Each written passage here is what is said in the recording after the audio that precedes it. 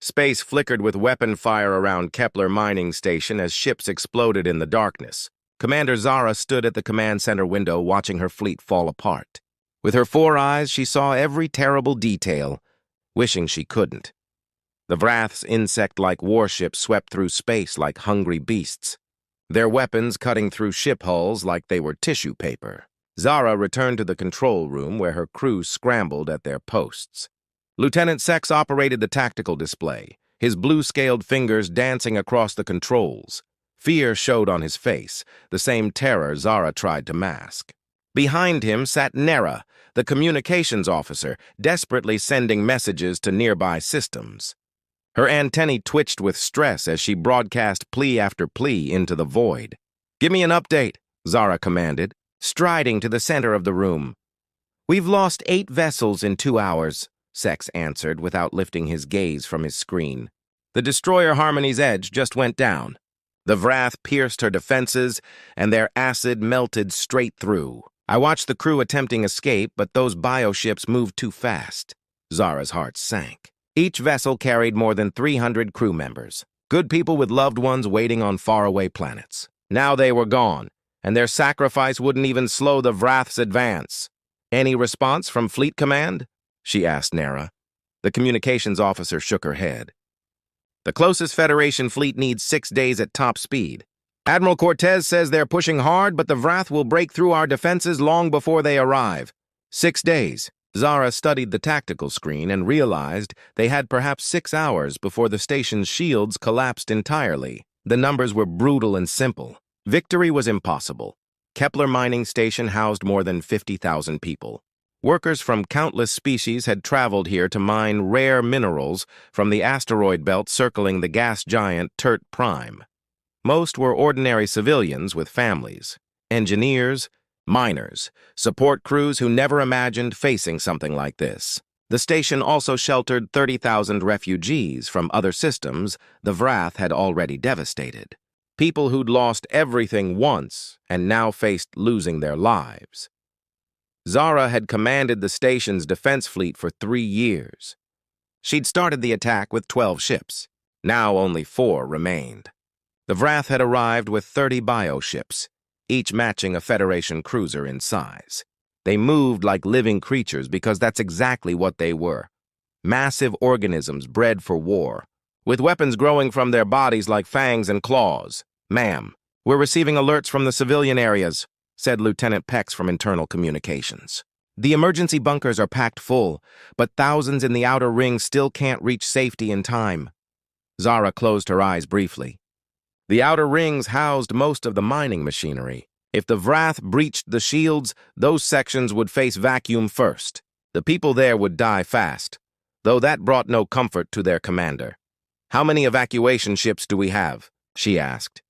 "Including civilian transports and cargo vessels, we have space for roughly 25,000 people," Sex responded. "If we pack them tight, 25,000 out of 80,000. Zara had been a soldier most of her life and made difficult decisions before.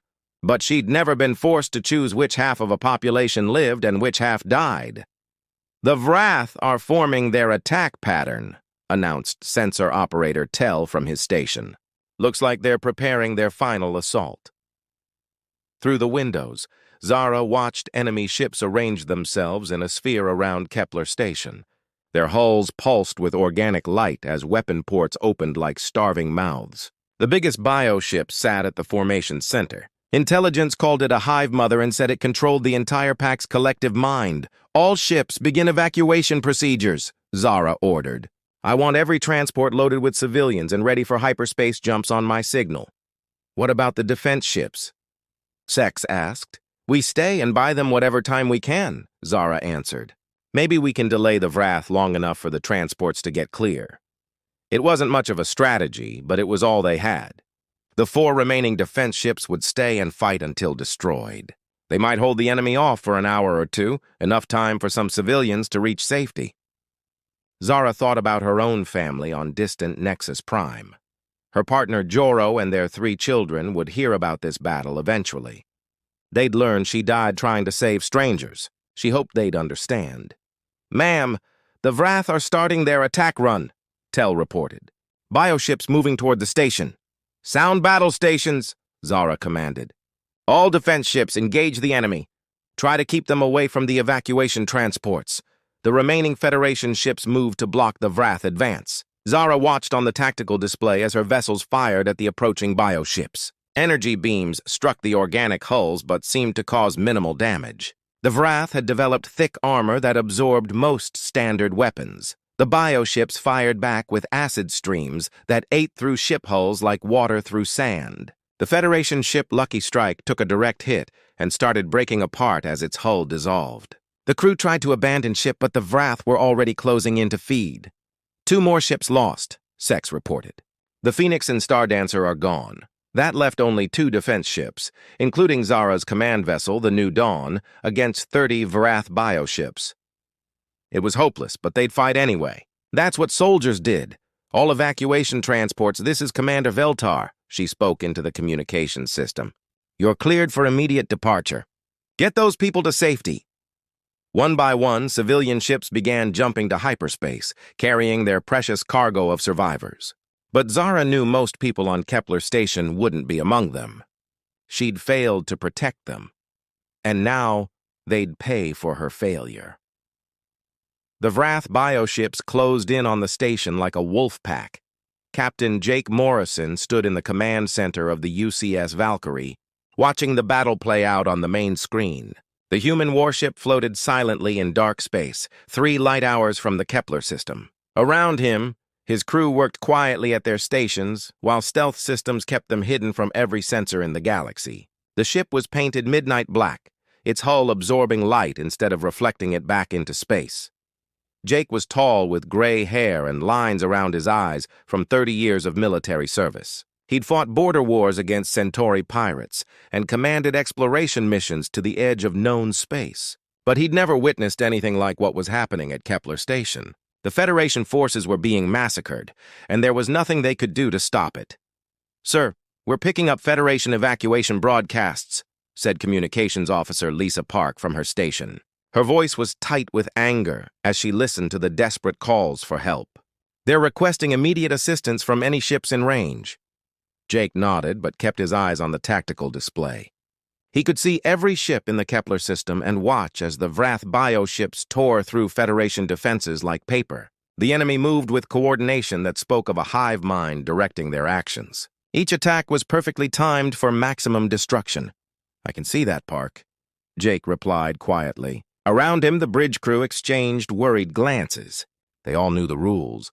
The Terran Confederation maintained strict neutrality in galactic conflicts. Human ships weren't supposed to interfere in alien wars. The Kepler system lay well outside human territory and was officially none of their business. Chief Engineer Sam Rodriguez looked up from his engineering station, where he'd been monitoring the ship's systems. He was short with dark hair and hands always stained with engine grease. He'd served with Jake for over 10 years and knew his captain better than most. "Captain, we could be there in 40 minutes if we pushed the engines to maximum burn," Sam said carefully. "The Vrath wouldn't expect a human ship to show up in Federation space." Jake studied the tactical readout more carefully. The Vrath had brought a full war pack to attack Kepler Station, 30 bioships, each one the size of a Federation cruiser. Intelligence reports said the creatures were bred for war, and their organic weapons could drain the life force from their victims. Against this kind of force, the Valkyrie was just one ship, but it wasn't just any ship. The Valkyrie was one of the newest vessels in the human fleet and carried technology the rest of the galaxy had never seen in combat. The ship's hull was made from materials that could bend space around them. Its weapons used principles that alien scientists thought were impossible. Most importantly, the ship could move and fight in ways that would kill any other crew in the galaxy. "Helm, set course for Kepler system," Jake ordered after a long moment of silence. "Maximum burn. All hands to battle stations." The bridge erupted in controlled activity as the crew prepared for combat. Navigator Tony Chen plotted the fastest course to the battle zone, while Weapons Officer Kelly Martinez began charging the ship's weapon systems. The artificial gravity compensators hummed to life as the engines prepared to accelerate the ship beyond the limits of what most species could survive. "Sir, are we really doing this?" asked Lieutenant Dan Walsh from the tactical station. Command isn't going to be happy when they find out we intervened in a Federation conflict. Jake turned to look at his tactical officer. Walsh was young and still followed regulations like they were sacred law. The kid would learn eventually that sometimes doing the right thing mattered more than following orders. Dan, there are 80,000 civilians on that station, Jake said. Men, women, and children from countless species. They're going to die if someone doesn't help them. But, sir, the non-interference directive can go to hell, Jake finished. I didn't join the Navy to watch innocent people get murdered while I hid in the dark. The Valkyrie's engines came online with a sound that made the ship's hull vibrate. Human warships used a different propulsion system than other species. Instead of simple fusion drives, they used controlled gravity fields to warp space around the ship. The effect created a deep, resonant sound that could be heard across star systems. Other species called human ships howlers because of the noise they made. Engine output is climbing, Sam reported from engineering. We'll be at full power in 30 seconds. Jake felt the familiar sensation of the ship beginning to move. The inertial dampening systems kicked in to keep the crew from being crushed by acceleration. Soon, they'd be moving fast enough to cross light years in minutes, fast enough to reach the battle before it was too late. Lisa, open a channel to Earth Command, Jake ordered. Channel open, sir, the communications officer replied. Earth Command, this is Captain Morrison aboard the Valkyrie. We're responding to a humanitarian crisis in the Kepler system. 80,000 civilians are under attack by hostile forces, requesting permission to render assistance. The reply came back almost immediately. Negative, Valkyrie. You are ordered to maintain position and observe only. Do not engage hostile forces. Do not interfere with alien conflicts. Jake looked around the bridge at his crew. Every one of them was watching him, waiting to see what he'd do. They'd trained together and fought together and trusted him to make the right choice. He thought about the Federation families huddled in their emergency shelters, waiting for death to find them.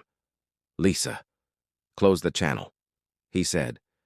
Sir, what about our orders? Sometimes you have to choose between following orders and doing what's right, Jake replied. Today we do what's right. The Valkyrie jumped to hyperspace, with a sound like thunder rolling across the void. Behind them, Earth Command continued sending orders to return to base. But no one on the bridge was listening anymore. They had civilians to save and a war to win. In the hyperspace tunnel, the ship's hull began to sing with harmonics that would soon announce to the galaxy that humanity had arrived. The Valkyrie dropped out of hyperspace like a shadow emerging from the depths of hell. Its black hull seemed to drink in the light from the nearby star as the ship accelerated toward the battle zone at speeds that made Federation sensors scream warnings about impossible readings. The human warship moved with grace that defied physics, leaving ripples in space itself as it approached the dying Federation fleet. On Kepler Station, Lieutenant Sex stared at his sensor display with confusion written across his scaled features. The readings made no sense according to everything he knew about spacecraft design and engineering. Whatever this new ship was, it shouldn't be able to move like that without turning its crew into liquid. Commander, I'm reading a new contact approaching the battle zone. Sex called out to Zara, who was coordinating evacuation efforts. Single vessel, unknown configuration, approaching at impossible velocity. Zara moved quickly to his station and looked at the sensor readings. Her four eyes widened as she saw the numbers on the display. The approaching ship was moving at nearly half the speed of light in normal space. Any crew aboard that vessel should be dead from acceleration forces alone. What kind of ship can move like that? She asked. I don't know, ma'am, Sex replied. The hull configuration doesn't match any design in our databases. It appears to be using some kind of gravity manipulation system for propulsion. The unknown vessel continued its approach toward the Vrath formation. The bioships had noticed the new arrival, and several were turning to face this potential threat. The largest of the creatures, called Devourer of Hopes, began to pulse with angry red light as it prepared to attack. Suddenly, the communication system crackled to life with a transmission from the approaching ship. The voice that came through the speakers was calm and professional, with an accent Zara didn't recognize. This is Captain Jake Morrison of the Terran Confederation ship Valkyrie, the voice said. All Federation vessels withdraw to minimum safe distance immediately. We'll handle this situation. Zara felt her heart skip a beat. She'd heard stories about the humans but had never seen one of their ships in action. Tales said they were warriors without equal who fought with technology that seemed like magic to other species. Most aliens thought the stories were exaggerated, but now she was about to discover the truth. "Captain Morrison, this is Commander Veltar of Kepler Station," she replied quickly. "We have 30 Vrath bioships in attack formation. They've overwhelmed our defenses, and we're attempting to evacuate civilians." "Understood, Commander," came the reply. "Get your people clear and let us work." Before Zara could ask what the human captain meant by work, the Valkyrie opened fire. What emerged from the black ship was unlike anything she'd ever seen in space combat. Instead of energy beams or plasma bolts, the human vessel launched solid projectiles accelerated to incredible speeds. The metal slugs moved so fast they seemed to bend space around them as they flew. The first volley struck 3 Vrath bioships simultaneously. The kinetic energy transfer was devastating as the projectiles punched completely through the organic hulls and out the other side. The creatures writhed in agony as their life support systems failed and atmosphere vented into space. But the humans weren't finished. A second wave of weapons followed the kinetic strikes. These were missiles, but they moved with intelligence as if they could think for themselves. They curved around defensive fire and adjusted their flight paths to target weak points in the bioship armor. When they struck, they released energy that seemed to eat away at the organic hull material like acid. The Devourer of Hopes turned its massive bulk toward the human ship and opened fire with its primary biocannons. Streams of corrosive plasma shot across space toward the Valkyrie at speeds that should have made evasion impossible. The shots simply passed through empty space as the human vessel danced between them with movements that seemed to mock the laws of physics. Jake Morrison's voice came over the communication system again, and Zara could hear the cold determination in his tone. "Park, activate the resonance array." What happened next made Zara question everything she thought she knew about space warfare. The Valkyrie's hull began to emit a sound that somehow traveled through the vacuum of space itself. The deep harmonic frequency penetrated the bioships and made them convulse as if they were in terrible pain. The resonance weapon attacked the neural networks that controlled the living vessels. The bioships began to lose coordination as their shared consciousness was disrupted by the human technology. Several of the smaller creatures actually fled from the battle as their primitive fear centers overrode their combat programming. "Impossible," whispered Sex as he watched the tactical display. "Sound can't travel through vacuum. How are the humans doing this?" Zara didn't have an answer, but she could see the results. The Vrath formation was beginning to break apart as the bioships struggled to maintain their coordination. The human ship continued to move through their ranks like a predator among prey. Every shot from its weapons found its target, and every evasive maneuver was executed with perfect precision.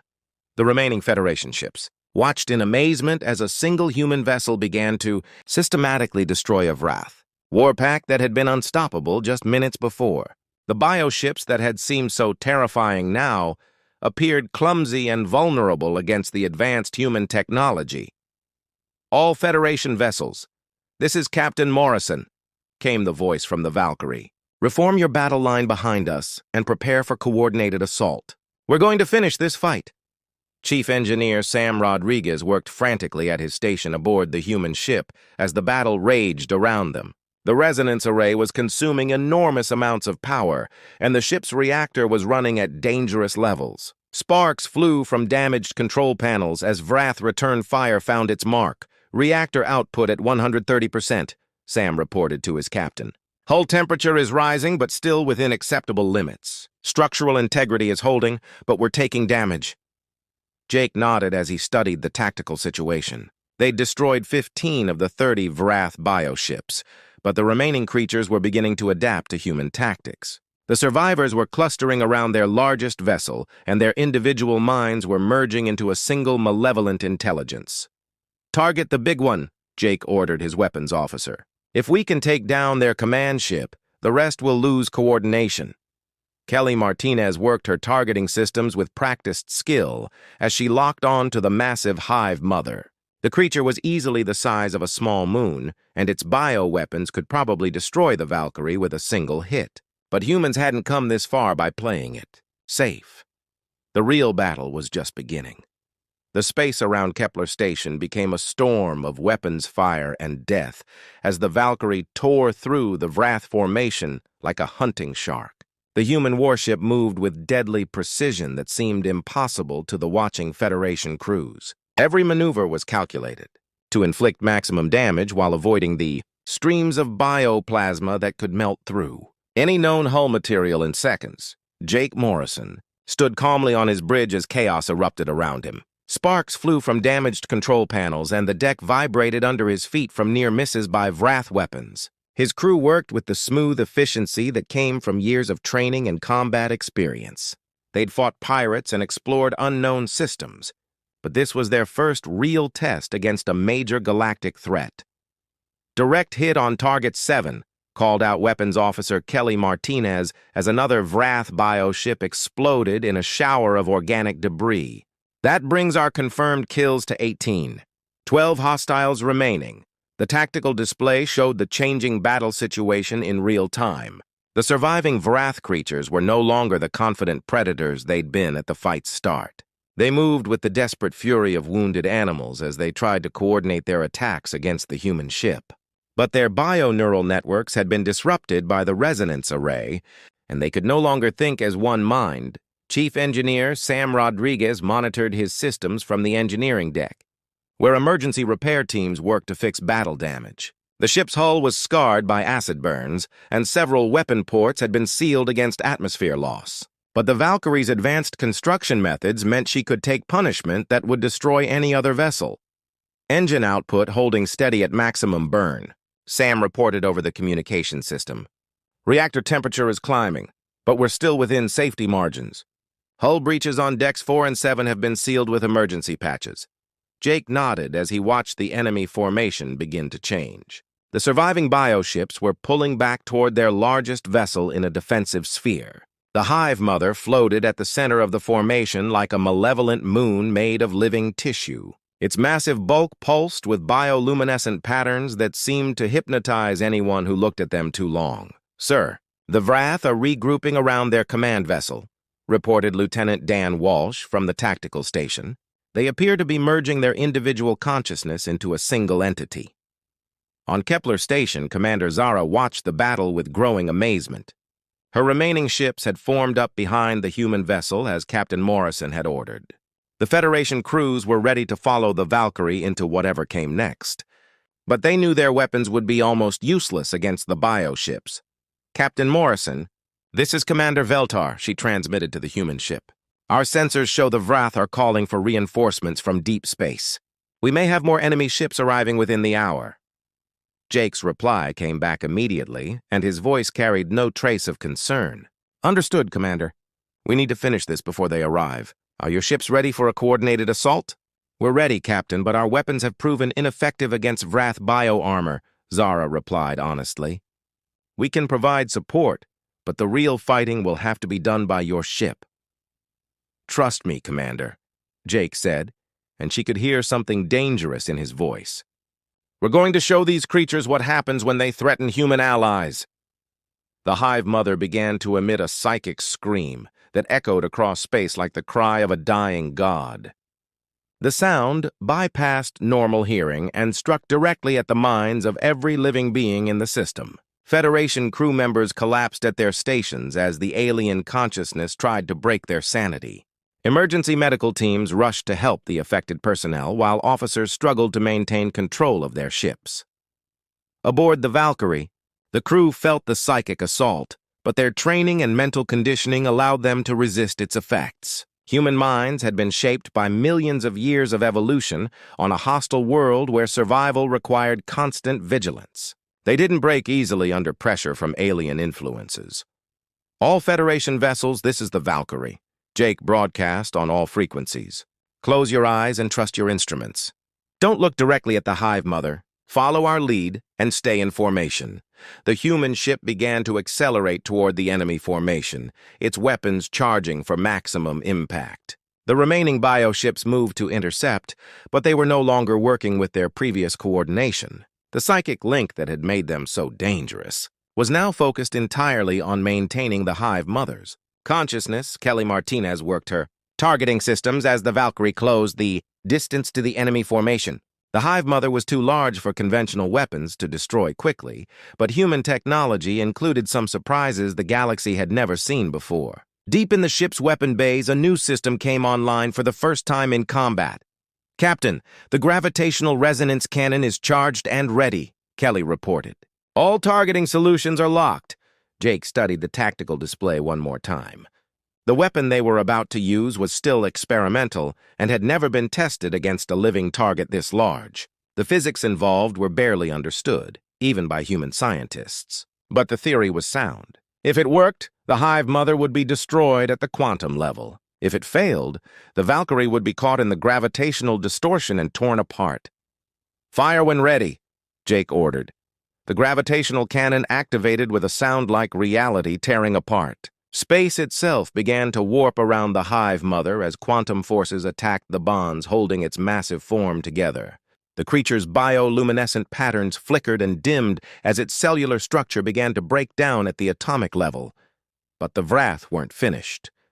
In their death throes, they launched every weapon they possessed in a final desperate assault. Bioplasma streams and acid projectiles filled the space between the formations like a deadly storm. The Federation ships would be destroyed instantly if any of that firepower reached them. The Valkyrie moved to intercept the enemy barrage with its own hull, serving as a shield for the weaker Federation vessels. Jake knew his ship could survive what was coming, but the cost would be high.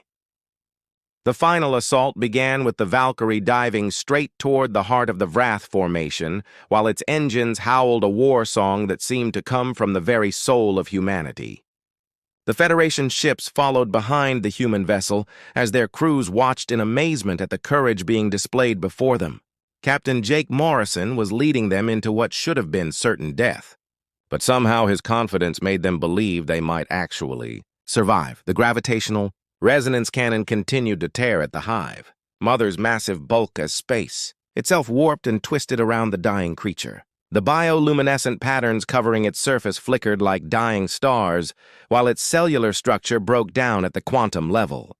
But the ancient creature had survived for thousands of years, and it wouldn't die quietly. Chief Engineer Sam Rodriguez watched his instruments as the ship's systems pushed beyond their design limits. Emergency lights flashed red throughout the engineering sections as damage control teams worked frantically to keep the Valkyrie operational. A support beam had fallen during the last enemy barrage and pinned his leg against a control panel, but he continued to work despite the pain. "Hull breaches on decks 4 through 7, Sam reported to the bridge while blood ran down his face from a cut on his forehead. "Emergency bulkheads are holding, but we're losing atmosphere fast. Reactor output is at 150% and climbing." "Keep us in position, Sam," Jake replied from the bridge, where he gripped his command chair as the ship shook from repeated impacts. Blood trickled from a gash on his temple, but his voice remained steady and calm. "We don't abandon civilians. Not ever." The Hive Mother's death throes triggered a chain reaction among the remaining bioships as their shared consciousness began to collapse. Without the controlling intelligence to coordinate their actions, the creatures reverted to individual minds driven by pain and rage. They launched everything they had in a final desperate attack that would have reduced the Federation fleet to atoms. Streams of bioplasma and acid projectiles filled the space between the formations like a deadly hurricane. The corrosive weapons could eat through any known hull material in seconds, and there were enough of them to destroy every ship in the system. The Federation vessels tried to evade, but their technology wasn't advanced enough to avoid the coordinated barrage. The Valkyrie placed itself directly between the dying Vrath and Kepler Station, as Jake had known it would have to do from the beginning. The human ship's shields flared brilliant white as they absorbed energies that should have destroyed any vessel ever built. The hull plating began to glow red-hot as exotic particles ate away at the molecular bonds holding the metal together.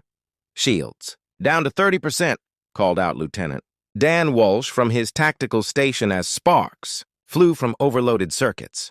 "Hull temperature is approaching critical levels. We can't take much more of this." Jake watched the tactical display as the enemy fire continued to pound his ship. The Valkyrie was the most advanced vessel in the human fleet, but even it had limits. They might not survive this final exchange, but the Federation ships behind them would live to fight another day. On Kepler Station, Commander Zara watched in horror as the human ship absorbed punishment that would have vaporized any Federation vessel. The Valkyrie's hull was scarred and blackened by acid burns while atmosphere vented from dozens of breaches. She couldn't understand why the humans were sacrificing themselves for strangers. "Captain Morrison, please withdraw," she transmitted desperately. "You've done enough. Save your ship and crew." Jake's reply came back through heavy static as the communication system struggled to function. "Negative, Commander. We finish what we started here." The Hive Mother's final scream shook the foundations of space itself as the gravitational weapon completed its work. The massive creature's bulk converted to pure energy in a cascade of light that illuminated the entire star system. The explosion was visible from planets dozens of light-years away as matter and antimatter annihilated each other in perfect balance.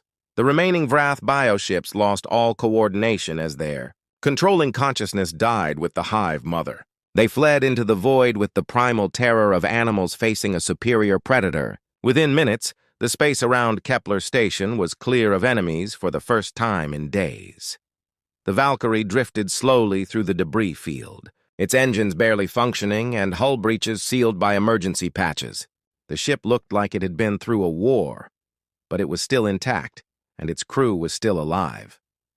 Jake stood on his damaged bridge and surveyed the aftermath of the battle with quiet satisfaction. "Damage report?" he asked his chief engineer. Sam pulled himself up from the deck where he'd been thrown by the final explosion. His leg was definitely broken, and he'd need medical attention soon, but the ship's systems were still responding. "We're hurt bad, Captain, but we'll make it home," Sam said. "The reactor is stable and life support is functioning in most sections." Communications Officer Lisa Park worked to restore contact with the Federation forces. Her console had been damaged by flying debris, but the main transmitter was still operational. After several minutes, she managed to establish a clear channel to Kepler Station. "Captain Morrison, this is Commander Veltar," came Zara's voice over the speakers. "The Galactic Federation owes humanity a debt we can never repay. How can we possibly thank you for what you've done here today?" Jake thought about the question for a long moment as he looked out at the rescued civilian transports returning to the station. 80,000 people were alive because his crew had chosen to do the right thing instead of following orders. That was worth any amount of trouble they might face from Earth Command. "Just remember, Commander," Jake replied with the weight of human conviction behind his words. "When someone calls for help, you answer. That's what separates us from the monsters in the dark." The Valkyrie limped away from Kepler Station and jumped to hyperspace with its mission complete. Behind them, they left a legend that would spread throughout the galaxy about the day humans announced their presence to the universe. The story would be told in countless languages, on hundreds of worlds about the ship that howled out of the void, when all hope seemed lost, and in the deep space layers where the Vrath Horde made their plans for conquest. A new fear was born. They'd learned that there was a species in the galaxy that would cross any distance and face any odds to protect those who couldn't protect themselves. The sound of human warships approaching would haunt their nightmares forever.